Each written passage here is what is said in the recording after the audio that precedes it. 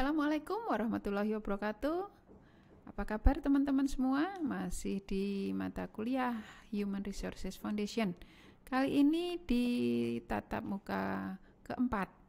Setelah kemarin kita lakukan perencanaan SDM yang membandingkan kebutuhan dan ketersediaan SDM, kemudian dibantu dengan analisis jabatan, dan juga kita harus mendesain pekerjaan-pekerjaan. Nah, bila mana saat kita melakukan perbandingan antara kebutuhan dan ketersediaan SDM, bila mana kita mendapati keadaan ternyata kita mengalami atau memerlukan tambahan SDM, maka tahap berikutnya setelah perencanaan tersebut tentu kita harus melakukan rekrutmen dan seleksi. Nah, berikut teman-teman bisa lihat alur ya, bagaimana rekrutmen dan seleksi dilakukan. Ya, setelah perencanaan, saat kita mendapati bahwa yang terjadi adalah kekurangan SDM, maka kita harus melakukan rekrutmen, seleksi, dan tentu saja kemudian nanti akan ada proses orientasi dan penempatan. Untuk rekrutmen, di mana kita berusaha ya, suatu proses penemuan dan penerimaan dari pelamar-pelamar yang cakep untuk menempati suatu posisi jabatan tertentu. Jadi untuk mengisi posisi atau jabatan yang lowong, ya, yang diperkirakan akan lowong di masa yang akan datang, kita lakukan rekrutmen. Ada beberapa alasan yang mendasari rekrutmen. Bisa saja saat organisasi baru berdiri, adanya perluasan kegiatan, adanya pekerjaan atau kegiatan baru, adanya pekerja yang pindah, pekerja yang berhenti, ataupun pekerja yang meninggal dunia. Nah, proses rekrutmen itu sendiri sekilas sudah pernah kita bahas bahwa saat melakukan rekrutmen, ya tentu saja saat ujungnya atau awalnya adalah setelah kita melakukan perencanaan SDM, kemudian ternyata harus melakukan rekrutmen, ya maka ada beberapa alternatif yang bisa kita lakukan.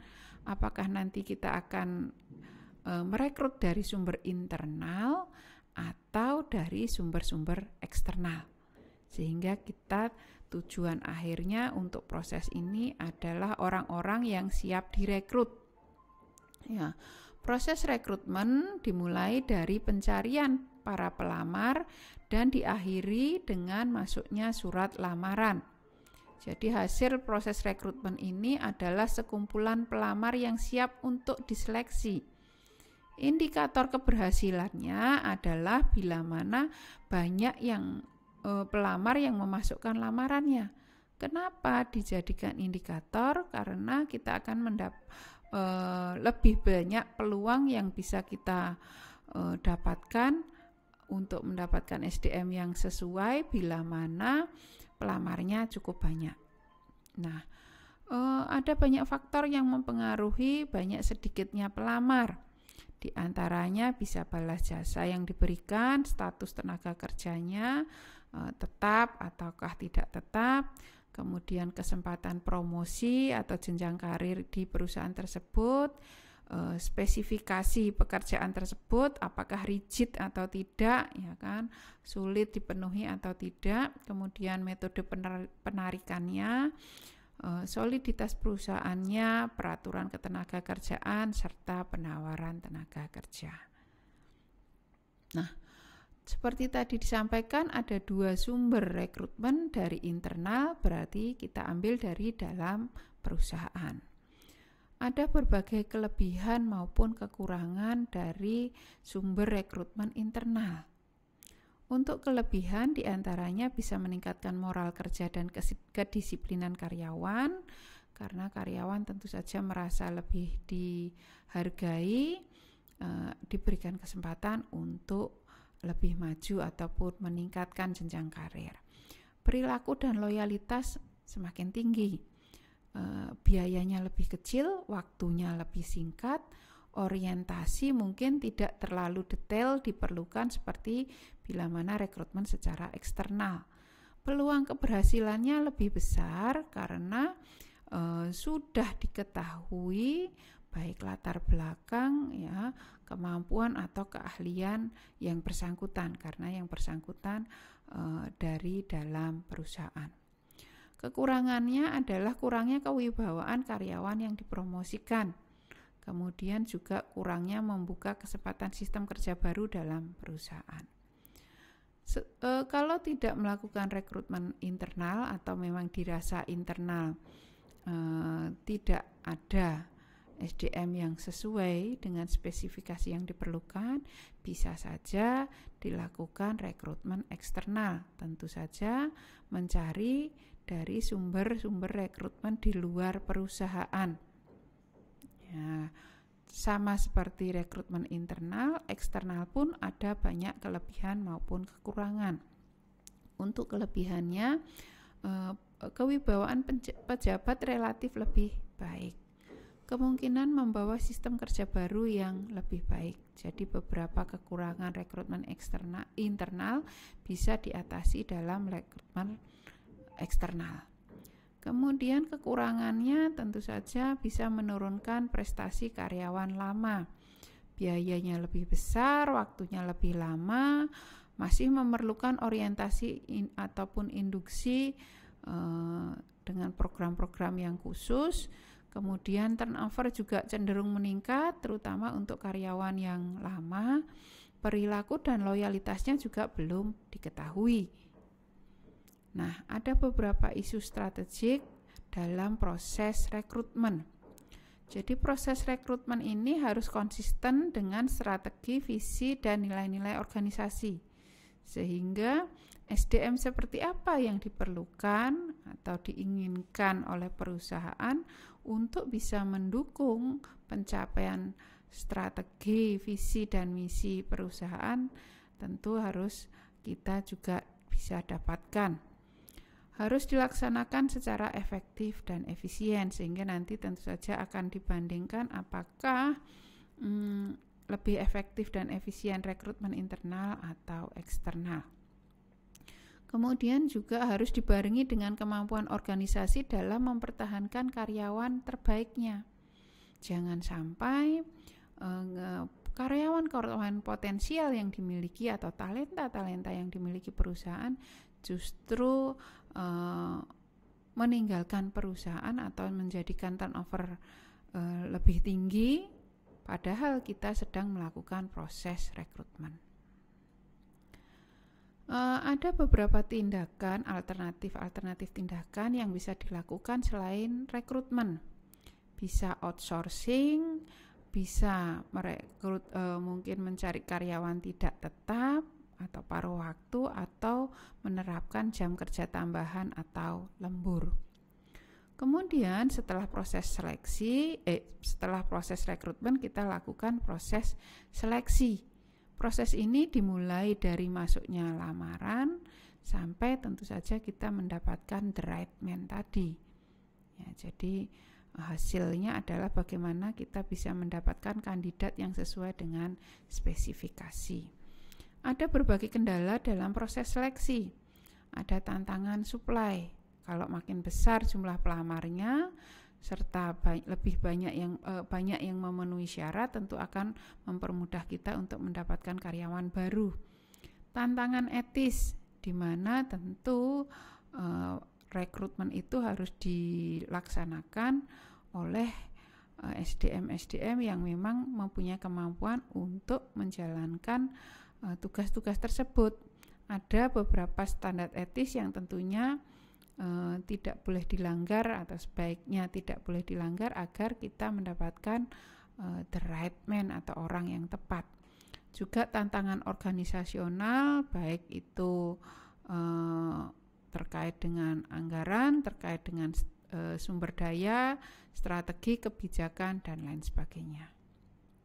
Nah, setelah kita melakukan rekrutmen, kemudian seleksi hingga kita mendapatkan orang yang dirasa tepat untuk mengisi jabatan atau tugas-tugas yang lowong tersebut. Nah, sebelum kita tempatkan, kita lakukan dulu program orientasi.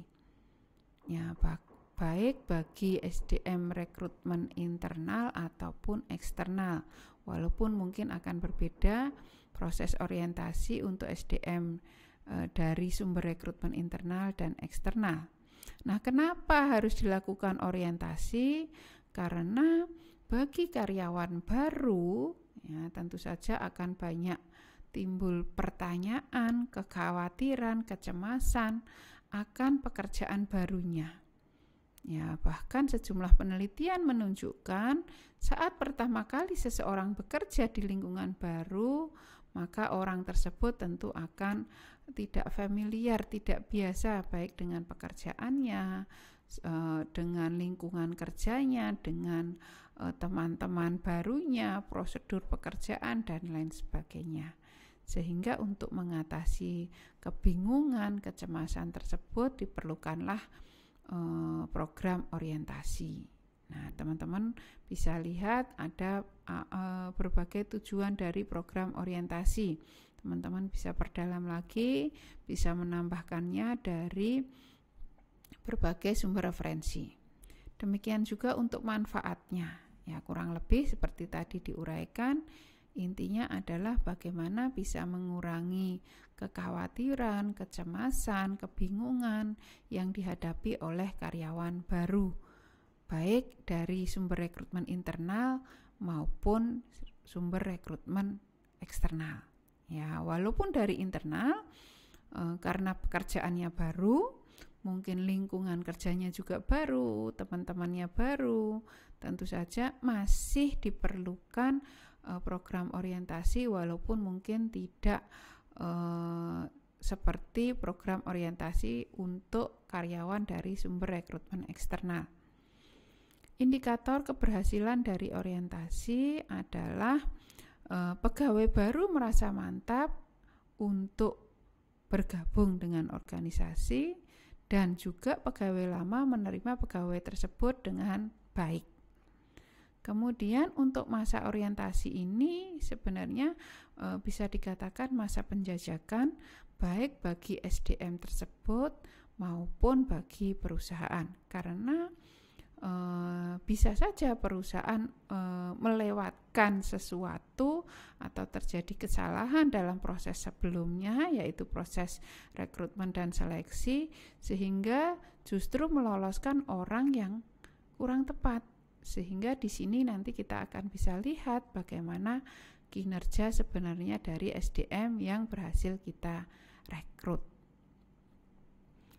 Nah, beberapa pendekatan yang harus dihindari dalam proses orientasi.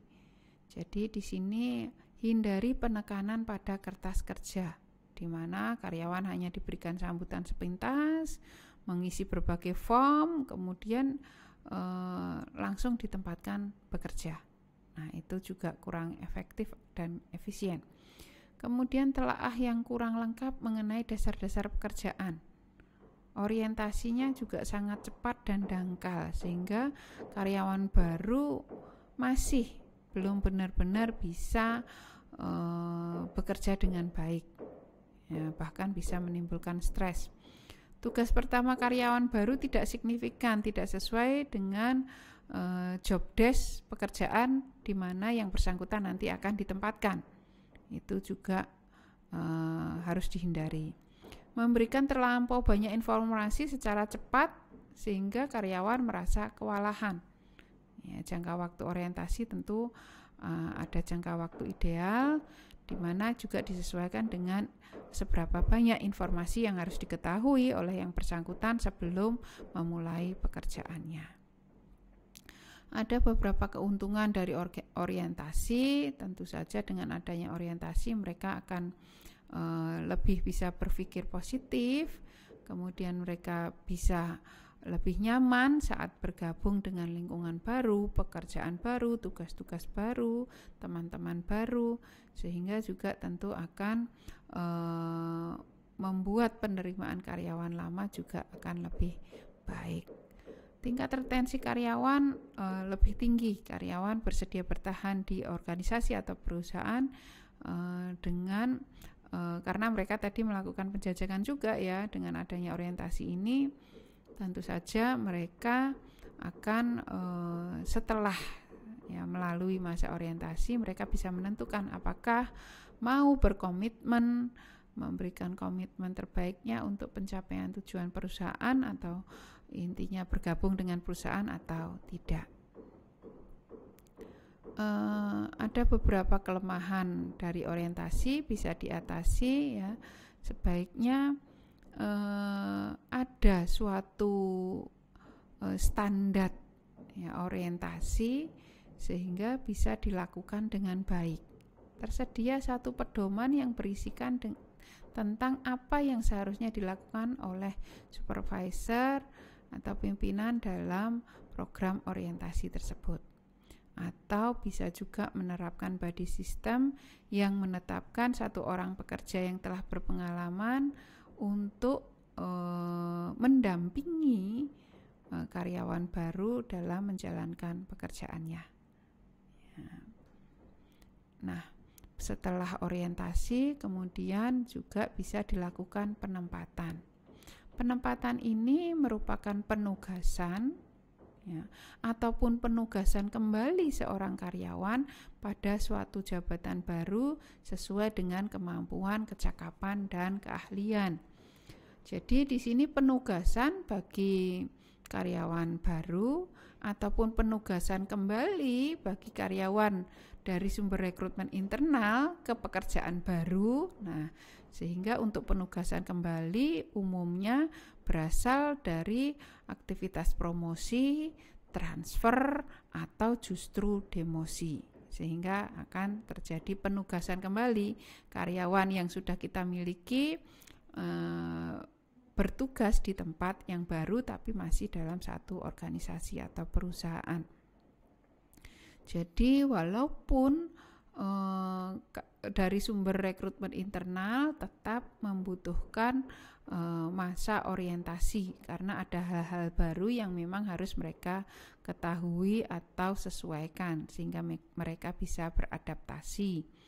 Ada beberapa kendala dalam penempatan seperti adanya ketidakcocokan sehingga karyawan yang baru mungkin merasa tidak cocok sehingga saat berakhir masa orientasi mereka tidak bergabung dengan organisasi, ataupun karyawan yang sudah kita miliki atau karyawan yang sudah ada ternyata tidak cocok dengan karyawan yang baru masuk. Nah, ada banyak hal yang harus memang dievaluasi, apakah ada kesalahan di proses rekrutmen, seleksi, orientasi, atau malah justru penempatannya. Kemudian juga harus diperhatikan tingkat perputaran karyawannya. Ya, jadi akan ada banyak alasan kenapa karyawan itu meninggalkan organisasi atau perusahaan, dan itu jangan sampai justru saat kita rekrutmen akan banyak turnover karyawan yang keluar dari perusahaan. Oke, itu yang bisa Bu Kerdi sampaikan untuk tatap muka keempat ini. Silahkan teman-teman bisa tambahkan dari berbagai sumber referensi lainnya sehingga teman-teman bisa mendapatkan pemahaman lebih ya. Kemudian teman-teman juga akan mendapatkan berbagai pengalaman dari berbagai materi yang ada di berbagai sumber referensi. Oke, terima kasih atas perhatiannya. Mohon maaf atas kekurangan. Assalamualaikum warahmatullahi wabarakatuh.